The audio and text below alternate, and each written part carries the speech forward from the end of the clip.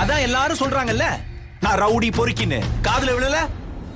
மறுபடி சொல்றேன், இந்த மஞ்சக்கயிறு உன்னை சண்டையில ஜெயிக்கிறதுக்காக நான் போட்ட துருப்பு சீட்டு.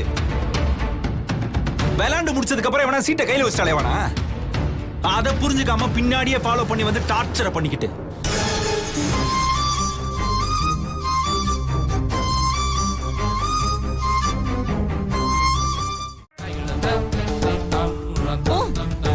வெளியே போ.